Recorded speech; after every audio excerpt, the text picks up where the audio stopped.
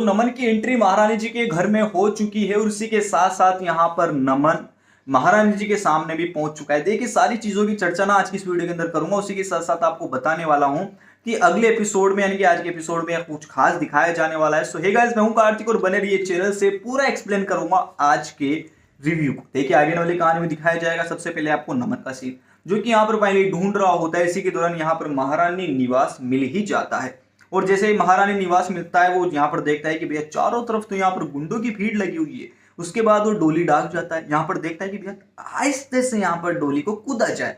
उसके बाद आगे आपको दिखाया जाएगा फाइनली यहाँ पर वो धीरे धीरे आगे जाता है, तब लिखा आता है महारानी निवास। वो कहता है कि भैया महारानी भोरी महारानी निवास है और यहाँ पर वो डोरबेल बजा देता है, क्योंकि उसको अभी तक ये चिंता नहीं है, मालूम है कि भैया यहाँ पर खतरा हो सकता है। देन यहाँ पर डोरबेल बजाता है, एक लेडीज सामने आती है। लेडीज कहती है कि भैया जी किससे मिलना है आपको। यहाँ पर भौरी का फोटो बताता है कि भैया इससे मिलना है। यहाँ पर लेडीज समझ जाती है कि महारानी जी की तो नौकर है वो। यहाँ पर समझ जाती है कि भैया बहुत बड़ा घपलेबाज है ये, कुछ ना कुछ तो कांड करवाने आया है। उसके बाद जैसे ही यहाँ पर भाई साहब वो लेडीज कहती है कि भैया ये तो वहां क्या कहूँ इसके बारे में, ये तो महा वो थी और उसके बाद इसने तो हमारे घर पे काम किया, उधार भैंस की टन पैसे दिए, सारे काम काज छोड़कर भाग गई। रोने लग जाती है। नमन कहता है कि जी शांत हो जाइए, अगर ये है तो हाँ जी ठीक है, रुको एक मिनट में मालकिन से पूछ के देखो। तुम्हारी भी मालकिन है? हाँ हमारी भी मालकिन है। देन यहाँ पर महारानी जी से कहती है कि भैया यहाँ पर कोई बंदा आया है, भौरी का फोटो बता रहा है, लगता है इस बंदी का जो ये सुनैना है ना, इस लड़की का कोई आशिक वाशिक लगता है। महाराज जी कहते इसकी भैंस की आंख, बुलाओ भैंस की टांग को। अब भाई साहब बुलाया जाता है, यहाँ पर भाई साहब गेट बंद कर दिया जाता है, नमन को बैठाया जाता है सोफे पे बकायदा अतिथि देवो भव की तरह। नमन कहता है कि भैया ऊपर तो चल के आए, एक बार ऊपर तो देखे क्या माहौल रचा रखा है इन्होंने।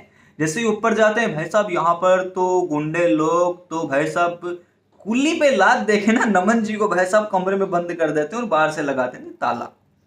यहाँ पर भाई साहब नमन की जो हालत होती है वो यहाँ पर जहरीली गैस यहाँ पर उस कमरे में छोड़ रखी है, बेहोश होने की दवा, तो भाई साहब बेहोश हो चुका है नमन। उसी के दौरान उसके पीछे की पूरा चेकअप किया जाता है, भाई गन रख रखी है भैया, ये तो पूरी तैयारी के साथ आया है। महाराज जी कहते हैं लव गन भैंस की टांग को और यहाँ पर बांध दो इसको। जैसे होश आता है तो नमन इधर है, सुनैना इधर है, बीच में पर्दा है व्हाइट कलर का। पर्दा व्हाइट कलर का जो है वो हवा की वजह से झूल रहा है, सना सना। देन यहाँ पर भाई साहब नमन को सुनैना की शक्ल दिखती है, सुनैना को नमन की शक्ल दिखती है। नमन जी आप यार क्या कर रहे हैं? ऐसा मैं नहीं भाई साहब, सुनैना बोलती है। तो सुनैना कहती है नमन जी आप क्या कर रहे हैं, आपको पागल हो क्या, आपको अपनी जान की परवाह नहीं। नमन एक क्यूट सा डायलॉग बोलता है कि भैया तुम ही तो मेरी जान हो और तुम्हारी जान की परवाह मेरी जान की परवाह, और तुम मेरी जान हो इस वजह से भैया मैं अपनी जान की परवाह करने के लिए यहाँ पे आ गया। तुम ठीक तो हो ना। यहाँ पर सुनैना भाई साहब वही टप टप टप टप रोने लग जाती है। इसके बाद आपको दिखाया जाएगा भाई साहब यहाँ पर सुनैना के घर का सीन, जहां पर कुमुद की हालत खराब है। हालांकि पहले दिखा दिया जाएगा, ऐसे कट कट कर स्टोरी खराब हो जाती है ना, इसलिए मैंने पूरा सीन महारानी के घर का एक बार में बता दिया।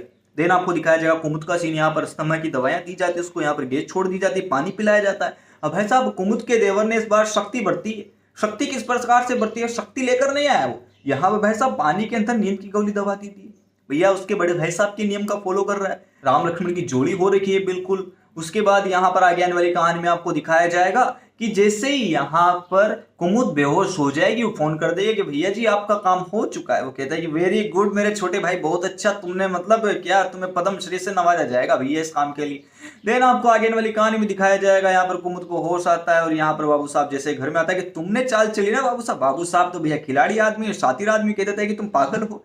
अगर वो पुख्ता इंतजाम हो चुका है सारी चीजों का तो वो शादी के लिए बोल रहा था। हाँ तुमने क्यों लेके गई उसको? तो भैया यहाँ पर कुमुद लगती कि भाई बाबू साहब तो सही है, मैं ही गलत हूँ, मैं क्यों लेके गई, मैंने गलत समझ लिया। बाबू साहब ने एक और चाल चल दी। उसी के दौरान यहाँ पर अब सवाल सबसे बड़ा खड़ा होता है कि भैया नमन सुनैना को कैसे बचाएगा।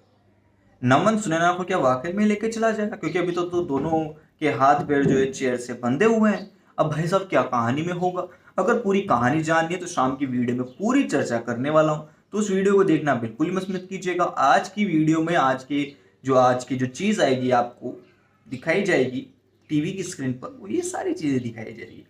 तो ऐसे अगर आप डेली सीरियल आने से पहले चीज़ें जानना चाहते हैं तो चैनल को सब्सक्राइब कर लीजिए। वीडियो जरूर अच्छी लगेगी, लाइक कर लीजिएगा। कमेंट बॉक्स में लिखकर बताइएगा भाई साहब सुनैना नमन की शादी हो या ना हो, इसकी भैंस की यहाँ की कमेंट बॉक्स में कितनी बार बताऊंगा यार मैं।